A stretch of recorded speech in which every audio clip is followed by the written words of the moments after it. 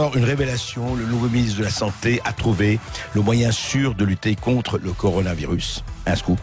Et puis, surtout, nous allons parler des Français malgré eux. C'est qui ces Français malgré eux? Eh bien, un livre passionnant le révèle. On en parle tout de suite. Sud Radio, Berkoff dans tous ses états. Les perles du jour. Big Brother is watching you. Big Brother is watching you. Oui, c'était Bernard Lavilliers, Big Brother is watching you. Je ne sais pas si Big Brother is watching you, mais effectivement, le tout nouveau ministre de la Santé, Olivier Véran, eh bien, il parlait évidemment du coronavirus, dans le cœur de la Chine, tout ce qui se passe actuellement, et malheureusement, on est loin d'avoir fini avec ces choses-là, mais il a trouvé le fait, qu'est-ce qui fait que le coronavirus avance avec une telle vélocité. Écoutez. La Chine a pris ses responsabilités en mettant en place des mesures de confinement, d'isolement, très rapidement. Et l'information circule bien. Je ne suis pas sûr que ce serait possible de réaliser tout cela dans un pays dans lequel les réseaux sociaux seraient ouverts. Voilà, on se demandait qu'est-ce qui favorise le virus, le coronavirus. Évidemment, les réseaux sociaux, c'est pelé, c'est galeux, tout le mal. Évidemment, c'est très embêtant, c'est vrai, parce que jusqu'à présent, quand même, tout ça se passait entre soi, c'est vrai. Bon, les médias, on les connaissait, on savait comment les contrôler, plus ou moins bien. Et puis ça se passait entre nous, dans le clergé et la noblesse, là. Et puis il y a une espèce de tiers-état vulgaire qui fait n'importe quoi, pas propre sur soi, qui se mouche avec ses doigts, qui mange comme ça n'importe comment. Les réseaux sociaux qu'on ne contrôle pas. Alors franchement, ça ne va pas du tout. Et là, ça a été l'inconscient d'Olivier Véran qui a parlé. Eh bien, effectivement, les réseaux sociaux. Très très belle perle. Je ne vois pas très bien le rapport. Mais après tout, écoutez, on verra ce qui se passe. Mais s'il vous plaît, ne faites pas des réseaux sociaux les responsables de ce qui se passe aujourd'hui, de Benjamin Griveaux au coronavirus, et au nom de la liberté, au nom de la démocratie que vous prétendez défendre, ne tuez pas la liberté d'expression, même si elle est maladroite. Sud Radio, Berkoff dans tous ses états. Le face-à-face. Tout de suite, on accueille les deux invités, André Berkoff, Anne-Sophie Nogaret, professeure de philosophie et journaliste, et Samy Biazoni, chargé de cours à l'ESSEC, doctorant en philosophie à l'École normale supérieure. Tous les deux, co-auteurs de ce livre, Français malgré eux, c'est publié chez L'Artilleur. Alors, racialiste, pas raciste, bien sûr, décolonialiste, indigéniste, ceux qui veulent déconstruire la France. Alors justement, ça tombe quand même assez bien le lendemain du discours d'Emmanuel Macron sur le séparatisme. Il ne veut pas parler de communautarisme, il parle de séparatisme. Mais vous parlez de quelque chose de très intéressant qu'on signale depuis des années, et vous avez fait un livre, vous avez essayé de rassembler tout ça, à la fois dans l'essai, à la fois dans le témoignage, à la fois dans le verbatim. Vous savez, à la fois vous avez théorisé et vous avez enquêté. Et je ne sais pas si on peut les appeler Français de papier ou autres. Enfin, ce sont tous ces Français d'origines différentes, même des Français de souche qui ont rejoint le mouvement et qui disent: écoutez, il faut le dire, la France est structurellement raciste. La France c'est un pays colonial, c'est un pays qui a vraiment soumis des populations, qui a massacré, etc., etc.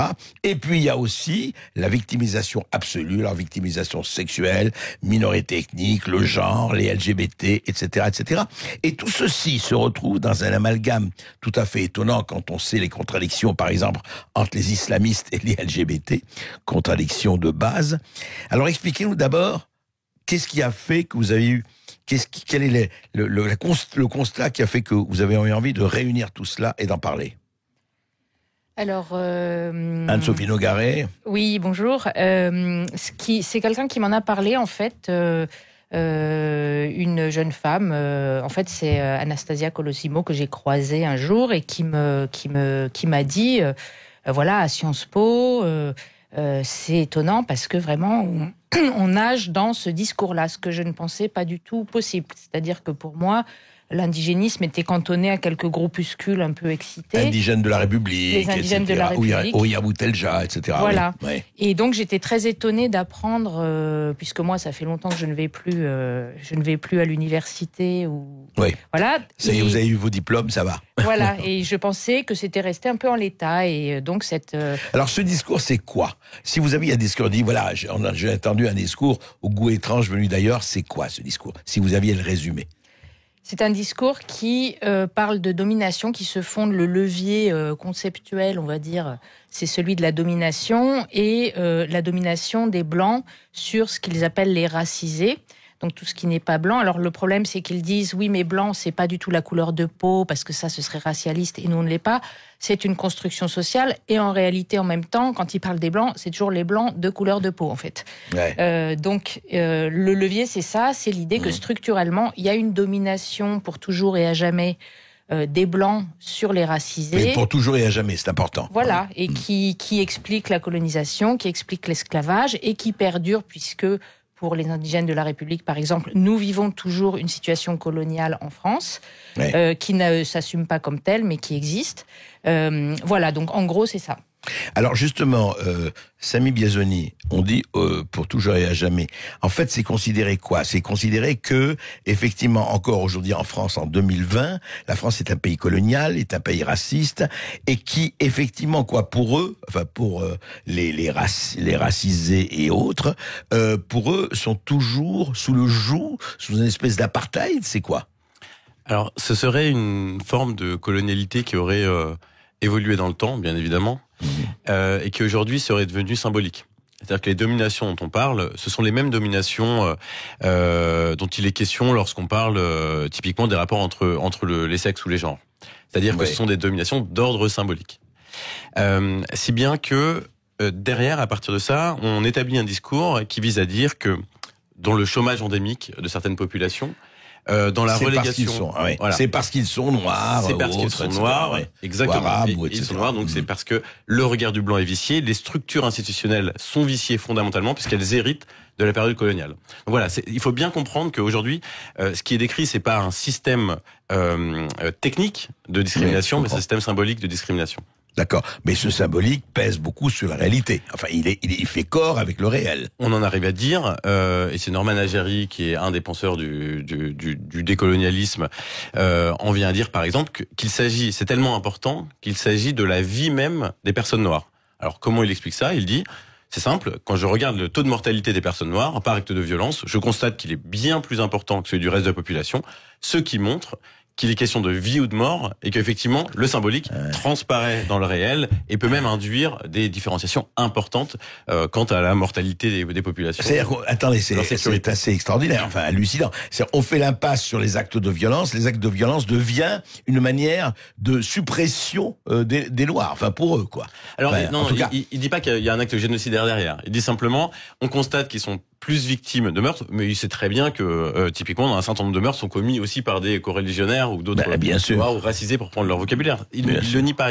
Ce sont des gens qui ont quand même une forme de rationalité. Toujours est-il qu'ils disent que l'effet étant cela, en prenant des statistiques mais absolument biaisées, c'est-à-dire pas du tout argumentées, pas du tout pensées, il vise à dire il y a une différence. S'il y a une différence, c'est qu'à la base il y a une différenciation. La différence in fine justifie le fait qu'on doit penser une différenciation ex ante, donc en amont. Beaucoup de choses, beaucoup de questions à poser. Juste une dernière question, Anne-Sophie Nogaret, avant une pause. On va continuer évidemment le débat. Est-ce que ça veut dire qu'ils estiment, eux, et ils vont vers, en disant, puisque c'est comme ça, il faut partitionner, il faut plus qu'archipéliser, il faut se défendre en vivant à côté ou face à face, comme disait l'autre? Est-ce qu'il y a un repli, la tentation ou la nécessité pour eux du repli? Alors c'est pas tout à fait ça. Ils ont un discours, en tout cas si on prend le Parti des indigènes de la République, qui en France est quand même la matrice de l'indigénisme, ils ont un discours de guerrier, c'est-à-dire ils reprennent vraiment la rhétorique du FLN. Nous sommes en guerre, ils ont un langage de la persécution. Du FLN de la guerre d'Algérie, quoi. Voilà, on veut nous tuer, on veut tuer nos enfants, on n'ose plus sortir de chez nous parce qu'on a peur de mourir. Donc ils sont dans une logique de dire, voilà, il faut nous armer, il faut armer nos enfants, à se défendre contre cette tentation persécutrice de la France envers nous, qui veut supprimer notre identité, etc. Donc, je dirais que le séparatisme découle de ce discours-là de façon assez naturelle. Mais eux ont plus, lorsqu'ils parlent, c'est assez frappant, vraiment un discours et un vocabulaire guerrier. Oui, c'est ça. C'est-à-dire que vous dites, enfin, il faut faire la guerre, il faut se préparer à la guerre. C'est carrément ce qu'ils disent. Non, c'est pas tout à fait ça. Ils disent, nous sommes en guerre. Ils veulent en gros nous tuer. L'État... Vous dire la France officielle, voilà, la structurellement raciste, veut nous tuer. Il y a même, pour juste une anecdote, mais qui est significative, ils démarchent les associations de locataires de HLM dans le 93 en expliquant aux locataires des HLM que si leurs ascenseurs sont en panne, ce n'est pas l'effet du hasard, c'est une stratégie des offices HLM pour empêcher les gens des banlieues de sortir de chez eux, d'aller travailler, etc. et pour les cantonner, les ségréguer volontairement. Donc eux disent que le séparatisme, en réalité, vient de l'État. Je comprends. Qui le fabrique, etc. À partir de prémices comme ça, on peut aller très très très loin.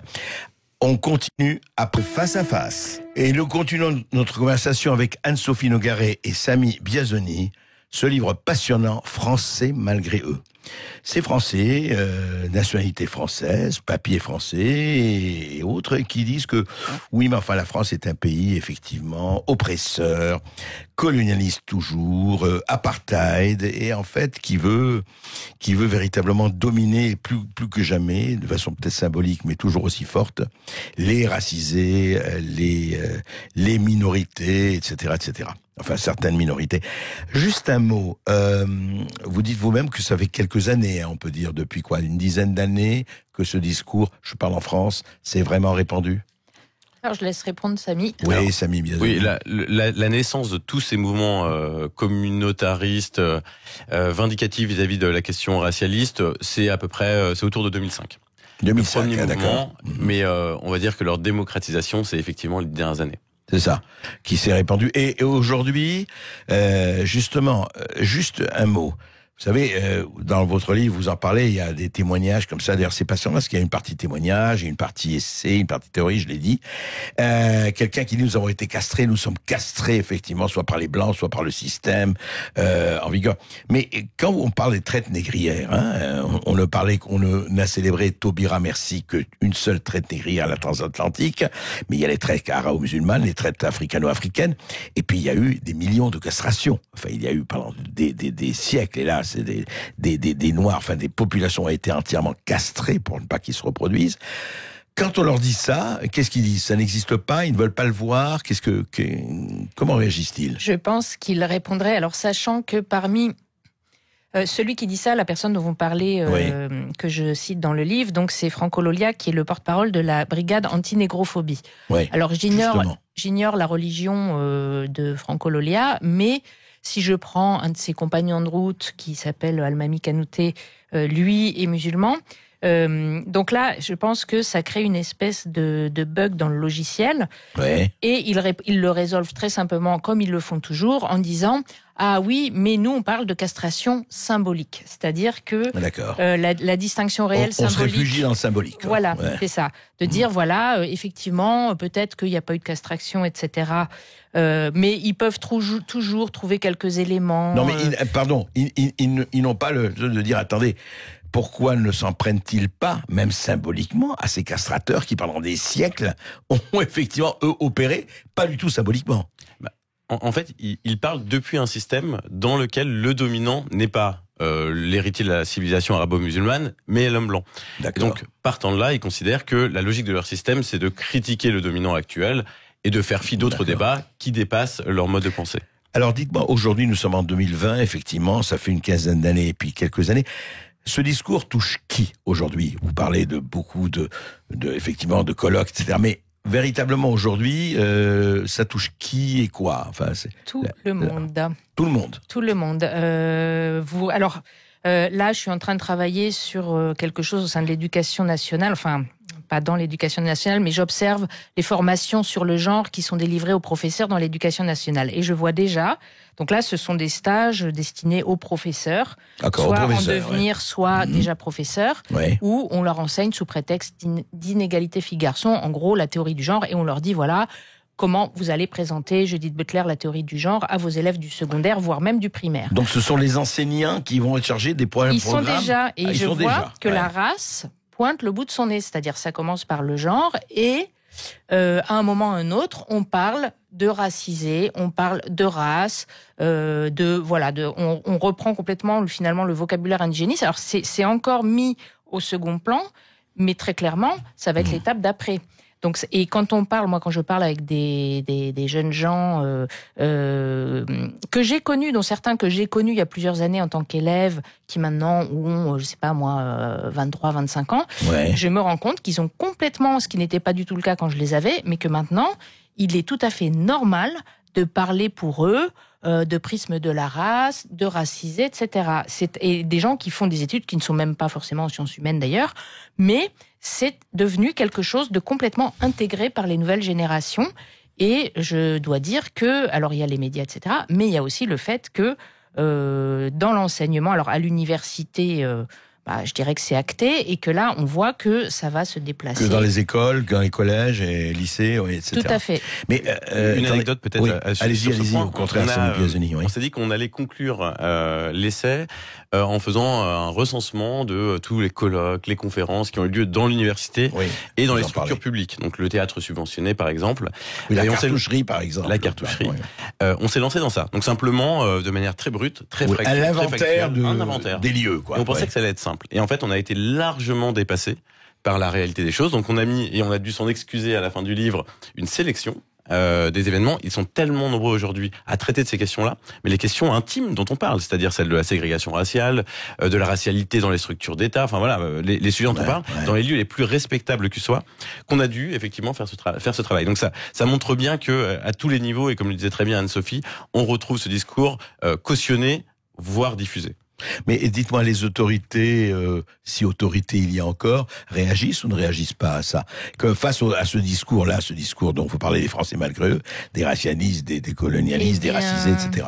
Comment ça réagit? Alors, il peut y avoir une condamnation verbale. C'est ce qu'avait fait Jean-Michel Blanquer, je ne sais plus, il y a 2 ans et demi. Ouais. C'était là par rapport à un stage organisé par Sud Éducation 93, donc ce qu'ils appellent un stage en non-mixité raciale, un truc comme ça. Bon, où là il s'était offusqué en disant qu'il allait porter plainte. Je n'ai où pas les blancs su... n'étaient pas admis. Enfin, voilà, je n'ai pas su qu'il ait réellement porté plainte. Et quand je regarde là les formations qui sont de façon là tout à fait officielle et institutionnelle diffusées, où on voit qu'il est question de race, etc., on se dit, oui, bon, alors, je veux bien qu'il soit pas au courant de tout ce qui se passe, mais là, effectivement, il y a une telle évidence de la chose, c'est même plus trop caché. Donc, je ne m'explique pas ce silence. Non, parce que d'autant plus que, enfin, on pourrait leur attaquer que je croyais que le mot race avait été retiré de la Constitution, qu'on ne parlait plus de race, c'est intéressant. Et il revient vraiment par la fenêtre, mais de façon très très forte. Juste un mot, l'avenir est très ouvert pour ce discours. Parce que vous voyez, sans tomber dans le pessimisme total, mais enfin, il y a quand même quelque chose d'assez inquiétant, je dirais. Alors, l'accélération des controverses au sujet de la race, j'en prends pour preuve la question du blackface, qui aujourd'hui est devenu un classique de nos débats, celle des pansements trop blancs pour certaines, aujourd'hui montre qu'on est en train d'aller de plus en plus vers un système qui s'américanise. Aujourd'hui, on vient de franchir un cap. Hier, techniquement, c'est-à-dire que le président Macron refuse aujourd'hui de parler de communautarisme, disant que la question du communautarisme n'était pas la question. Faisant cela, il signe en fait l'acceptation du multiculturalisme. On n'en doutait pas. C'est-à-dire que ça n'a jamais été quelqu'un dans son ADN, en tout cas dans son programme. Oui. Voilà, c'était assez présent, mais aujourd'hui, il ne s'en cache plus. Oui, vous voulez dire que ne pas parler de communautarisme aujourd'hui, c'est signer l'acceptation de ce communautarisme, quoi, de ce multiculturalisme. Peut-être pas de ces formes les plus extrêmes qui sont celles que l'on décrit, mais en revanche, effectivement, c'est pavé le chemin de toutes les meilleures intentions d'un discours racialiste, bien sûr. Et donc, non, c'est vrai qu'on est en train d'assister à quelque chose, et encore une fois, merci de l'avoir souligné comme vous l'avez fait dans ce livre, parce que effectivement, la question est posée, et il s'agit pas effectivement de répression ou de réprimer, mais il s'agit de bien prendre conscience du système. Donc, je vous invite vraiment à lire Français malgré eux, parce que ça dit bien ce qui se passe en ce moment. Restez avec nous. Français malgré eux, qui est publié aux éditions L'Artilleur, signé de nos deux invités, Anne-Sophie Nogaret et Samy Biazoni, tous les deux qui restent en notre compagnie. 0826 300 300, vous prenez votre téléphone, vous nous appelez, vous interpellez André Berkoff et ses deux invités. On vous donne la parole juste après les informations sur Sud Radio. À tout de suite. Sud Radio, Berkoff dans tous ses états. Les Français parlent aux Français. Les carottes sont cuites. Les carottes sont cuites. Sud Radio, Berkoff dans tous ses états. Et oui, savoir, je ne sais pas si les carottes sont cuites, mais en tout cas, il y a effectivement ce discours tout à fait, non pas incroyable, mais tout à fait délirant qui s'installe de ces Français malgré eux, de ces gens qui pensent que la France est devenue un pays absolument oppresseur, etc. Et dans ce qu'on vit, alors depuis le séparatisme, face au communautarisme, depuis les sexes mensonges et vidéos, qu'est-ce qui se passe en ce moment? On en parle avec vous, auditeurs de Sud Radio. Et je rappelle qu'on est toujours avec nos deux invités, Anne-Sophie Nogaret et Samy Biazoni, auteurs de ce livre Français malgré eux. C'est publié chez L'Artilleur. 0826 300 300. Vous nous appelez, vous prenez la parole sur Sud Radio. On se retrouve tout de suite Michael. Oui, bonjour Michael. Oui, alors bonjour André et bonjour à votre équipe. C'était pour revenir sur deux points. Le premier, c'est le séparatisme. Ouais. Au final, il y a que des discours comme d'habitude. Il y aura jamais d'actes parce que Macron, il est il est comme les anciens présidents, il est allié au Qatar et à l'Arabie Saoudite, donc il bougera pas le petit doigt malheureusement. Donc, vous pensez que quand il dit enseignement, fermeture, effectivement, on renvoie chez eux les enseignants étrangers, on contrôle mieux la construction des mosquées, etc., etc. Vous pensez que ce sont des mots? Et c'est tout. Oui, c'est comme il a dit pendant le débat, de la poudre de perlimpinpin, voilà. Il en met plein aux yeux, mais c'est tout ce qu'il fait. Derrière, il agit jamais. D'accord, Michael, je crois que vous vouliez parler d'autre chose aussi. Oui, aussi un point par rapport à vos invités. Qu'est-ce qu'ils pensent pas forcément, je sais pas, je dirais pas forcément interdire, mais au moins sanctionner cette pensée-là, parce que on nous traite, moi je fais partie, on va dire, de la patriosphère, si on peut dire ça comme ça, mais en gros, souvent je me fais bannir de Twitter, etc., pour des choses que j'ai dit, par exemple, je dis n'importe quoi concernant des Maghrébins ou autre chose, et je me fais bannir comme ça, alors que eux, ils ont le droit, en toute impunité, c'est comme Rost, c'est pareil, hein. Le rappeur, le rappeur qui était venu sur votre plateau, qui disait qu'il y a que des blancs à la télé, mais on est dans un pays de blancs, je rappelle. C'est comme si moi, je vais en Afrique et je dis, il y a trop de noirs à la télé. Faut pas abuser non plus, hein. Alors justement, Samy Biazoni, Anne-Sophie Nogaret, posait la question, c'est intéressant, faut-il aller vers... Comment faut-il combattre ce discours? Parce que c'est un discours, effectivement, et vous le dites vous-même, quand même, qui est préoccupant. Faut-il sanctionner? Faut-il combattre? Que faut-il faire? Alors, de mon point de vue, l'interdire, comme c'est un mouvement qui joue énormément sur la victimisation, donc je pense que l'interdire, là, ce serait leur offrir un énorme cadeau. Ceci dit, je pense que du point de vue institutionnel, il faudrait effectivement arrêter de cautionner ce discours en promouvant des gens qui ne sont pas forcément intellectuellement compétents, puisqu'ils ne se situent pas dans une démarche scientifique, mais dans une démarche militante. Donc, il faudrait arrêter de mettre des militants dans les institutions et pas voire seulement les subventionner, etc., ou de les subventionner. Après, qu'ils s'expriment, dans leurs associations, etc., qu'ils organisent leurs colloques entre eux, etc. Voilà. Mais c'est très différent quand un colloque a lieu dans une université ou à l'école normale supérieure avec la caution de la direction, que si c'est un colloque qui a lieu au café machin à Montreuil ou je sais pas où, voilà. Mais je pense que ce serait contre-productif dans l'absolu d'interdire un discours. Samy Biazoni. Je partage pleinement ce point de vue. J'ajouterais aussi qu'on a décidé, nous, de nous positionner sur le terrain de l'argumentation. Je pense qu'une manière de lutter contre ces discours-là, c'est de les affronter. Les affronter non pas physiquement, non pas politiquement, mais les affronter intellectuellement. Puisque ce sont des constructions intellectuelles. Donc ça, c'est notre parti pris. Et je pense qu'il est important. Un dernier point, puisque notre auditeur sous-entendait qu'il y avait un traitement qui serait asymétrique finalement entre des déclarations haineuses vis-à-vis des populations blanches et déclarations haineuses vis-à-vis d'autres populations, on peut pas s'empêcher de voir que c'est assez vrai. Et d'ailleurs, ce qui est assez intéressant, c'est tout le débat sur l'existence ou pas du racisme anti-blanc. On n'a toujours pas...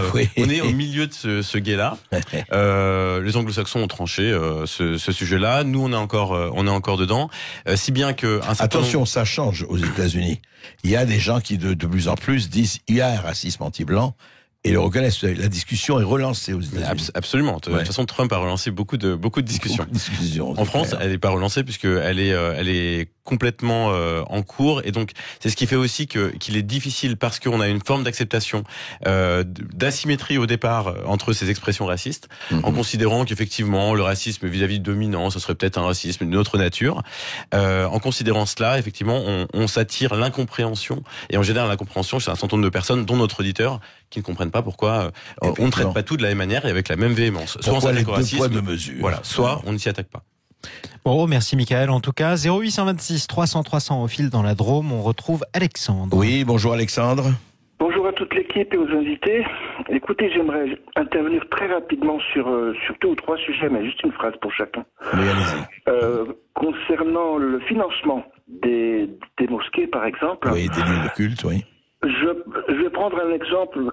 Je ne parle que de ce que je connais. Je connais très bien la Suisse, donc je vais prendre un exemple de la Suisse. En Suisse, il existe un impôt qui est donc pour chaque religion. Quand vous devez déclarer votre religion, et vous payez un impôt qui va financer les églises, les mosquées, etc. Voilà. D'accord. C'est pas plus compliqué que ça. En France, c'est impossible, je le sais bien. Pour des raisons, pour oui, la il n'y a raison pas de simple statistiques ethniques, religieuses, etc. Oui. Voilà. Faut prendre des mesures radicales, quoi. D'accord. Ensuite, concernant le sujet dont vous parlez avec vos invités, je pense qu'Internet, je suis dans l'informatique depuis 35 ans, 34 ans, a contribué, les réseaux sociaux et puis Internet de manière générale, on pensait au départ quand nous avons créé ça que ce serait un outil fantastique et c'est devenu quelque chose de catastrophique.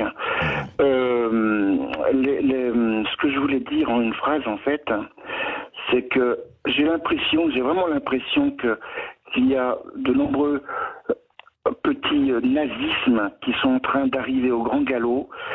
Des petits nazismes, vous dites, des petits fascismes, des petits nazismes. Oui. Écoutez, c'est simple, ça me fout une trouille monstre. Ça me prend aux tripes. Je ne sais pas si on s'en rend compte, si les gens qui laissent faire, ou qui ne sont pas complices, mais qui laissent faire, s'en rendent compte, mais si on n'arrive pas à arrêter ça, ça va devenir terrible. Alexandre, on va demander ce qu'ils en pensent justement à Anne-Sophie Nogaret et à Samy Biazoni. Est-ce que vous pensez que les réseaux sociaux, bon, on sait très bien qu'ils multiplient, on sait la technologie, mais dans ce cas de ce discours que vous avez traité dans votre livre excellemment, est-ce que vraiment ça joue un rôle et quel rôle de ce point de vue-là?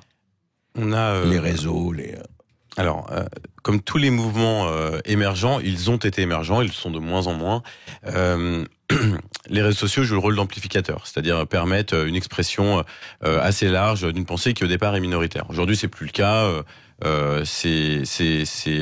Partis prenants, ces militants de l'indigénisme ont relativement bien un pignon sur rue. On les entend, ils sont publiés, ils apparaissent dans les médias. Donc le rôle des réseaux sociaux là est peut-être un peu moins important qu'il l'a été au début.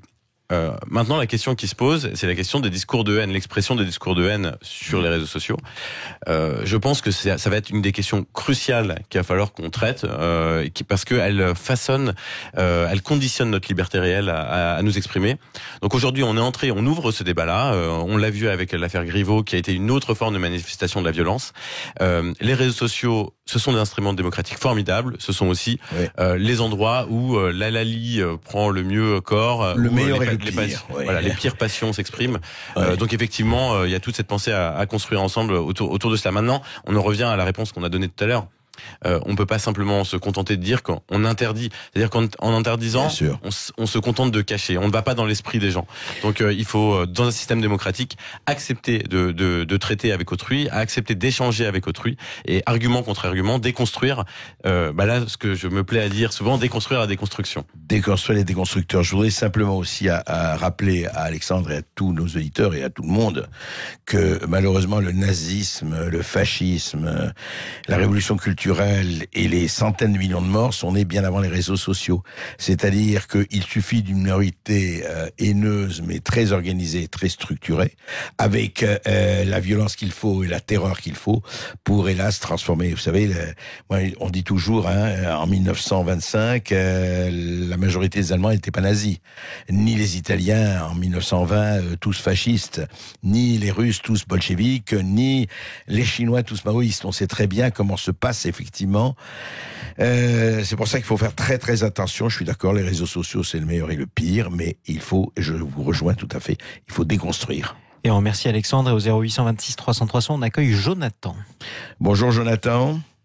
Bonjour Monsieur Berkoff, bonjour à vos invités et à votre équipe. Autant vous le dire, je suis comme le nom de votre émission dans tous mes états. J'aimerais revenir sur la phrase que Monsieur Abdallah Zekri répète en boucle comme un mantra lorsqu'il dit « il faut arrêter de discriminer les musulmans ». En disant cela, il sous-entend que c'est parce que les musulmans sont discriminés qu'ils n'arrivent pas à bien s'intégrer et que certains d'entre eux se radicalisent. Je pense que ce raisonnement est totalement biaisé. Selon moi, le discours que devrait adopter le Conseil français du culte musulman est le suivant. Nous, dirigeants du CFCM, nous allons faire en sorte qu'il n'y ait plus matière en France à discriminer les musulmans et nous comptons sur le gouvernement et le peuple pour nous apporter leur soutien. Je vous donne un autre exemple pour faire le parallèle et appuyer mon raisonnement. Les Chinois, ils ont toujours été parfaitement intégrés en France, que je sache. Pourtant, depuis quelque temps, ils subissent de la discrimination suite à l'arrivée sur le territoire du coronavirus. Vous savez, les restaurants qui se vident, les vidéos de Chinois poussés hors du métro, etc. Bon, le discours, il faut arrêter de discriminer les Chinois, n'a eu aucun effet. Ce discours ne fonctionne pas parce que les gens ne discriminent pas par racisme envers les Chinois, mais par peur de la menace que représente le virus. La seule solution pour eux, du coup, c'est d'attendre qu'il n'y ait plus matière à discriminer, c'est-à-dire le jour où le niveau de menace sera retombé à zéro. Mais la grosse différence entre les Chinois et les musulmans, c'est que les Chinois n'ont d'autre choix dans cette situation que de subir cette discrimination issue d'une paranoïa collective, tandis que les musulmans se discriminent eux-mêmes. Lorsqu'ils décident de parler en arabe dans l'espace public sur le territoire français alors qu'ils sont français, ils se discriminent. Lorsqu'une maman porte le voile dans l'espace public, elle se discrimine. Lorsqu'un employé musulman décide de prendre des jours de congé pour faire le ramadan, il se discrimine. Lorsque des musulmans refusent de serrer des mains, ils se discriminent. Lorsqu'ils font des prières de rue, ils se discriminent. Lorsqu'ils exigent d'avoir un médecin femme pour leur femme, ils se discriminent. Des exemples, j'en ai des tas. Voilà, je pense que M. Zekri devrait arrêter de porter un discours de victimisation systématique. C'est irresponsable de sa part et en plus inefficace, voire contre-productif. Il commence par réformer son culte avant de venir donner des leçons de laïcité aux autres. Ok, merci Jonathan. Je voudrais justement que Anne-Sophie ou Sami Biazoni ou Anne-Sophie Nogaret réagissent. Est-ce que ce discours de self-discrimination, d'autodiscrimination, et c'est pas un discours que vous avez rencontré tout au long de votre enquête sur ce livre? Si, bien sûr, et cet auditeur a raison. Effectivement, il y a une forme d'autodiscrimination. Alors pas de tous les musulmans, heureusement, mais des musulmans, en tout cas les plus visibles au niveau médiatique et politique. Et moi, je voudrais revenir juste, pour mettre un effet de miroir, c'est-à-dire que il y a effectivement ce discours victimaire des musulmans. Mais j'ai écouté en venant le discours de notre président qu'il a tenu donc hier, et il y a eu cette phrase qui m'a un petit peu choquée, où il dit, voilà, quand la République n'a pas su donner toutes les preuves d'amour à certaines communautés, il est normal qu'elles se sentent stigmatisées. Il a répété stigmatisé je ne sais combien de fois. Il a repris le langage de ces musulmans politiques en parlant d'humiliation. Ils se sentent humiliés, nous les avons humiliés. Et donc moi, ce qui m'inquiète, c'est que le discours, en fait, de M. Zekri et d'autres, enfin des musulmans politiques en réalité, trouve un écho particulier parce qu'en face, il est repris par les instants, là en l'occurrence par le chef de l'exécutif quand même, donc, enfin le chef de l'État. Et donc, Donc ce discours il donne des armes, vous voulez dire, exactement. À ceux qui se discriminent, s'auto-discriminent, il etc. le cautionne en reprenant ces éléments de langage et cette logique victimaire. Oui, je crois que non, je crois qu'il y a le problème est posé. Et en tout cas, merci à vous qui avez eu le mérite de le poser dans ce livre, Français malgré eux, aux éditions de l'Artilleur. Et je rappelle juste pour la précision, parce qu'on en a beaucoup parlé, qu'Abdallah Zekri est le délégué général du CFCM, le Conseil français du culte musulman. Il était d'ailleurs hier l'invité des Vraies Voix Sud Radio de Christophe Bordet. On remercie nos deux invités d'être intervenus sur Sud Radio. Anne-Sophie Nogaret, je rappelle que vous êtes professeure de philosophie, journaliste, et Sami Biazoni, chargé de cours à l'ESSEC et doctorant en philosophie à l'École normale supérieure. Tous les deux co-auteurs de ce livre Français malgré eux. C'est publié chez l'Artilleur. Merci à vous d'être intervenu sur Sud Radio. Merci André Berkoff. Merci. Et à demain. À demain dans tous vos états, à midi sur Sud Radio en direct comme chaque jour. La journée continue à l'écoute de Sud Radio. Dans quelques instants, nous retrouvons Jacques Pessis pour les clés d'une vie. Aujourd'hui, Jacques Pessis reçoit son invité Françoise Piazza. Belle journée à vous sur Sud Radio.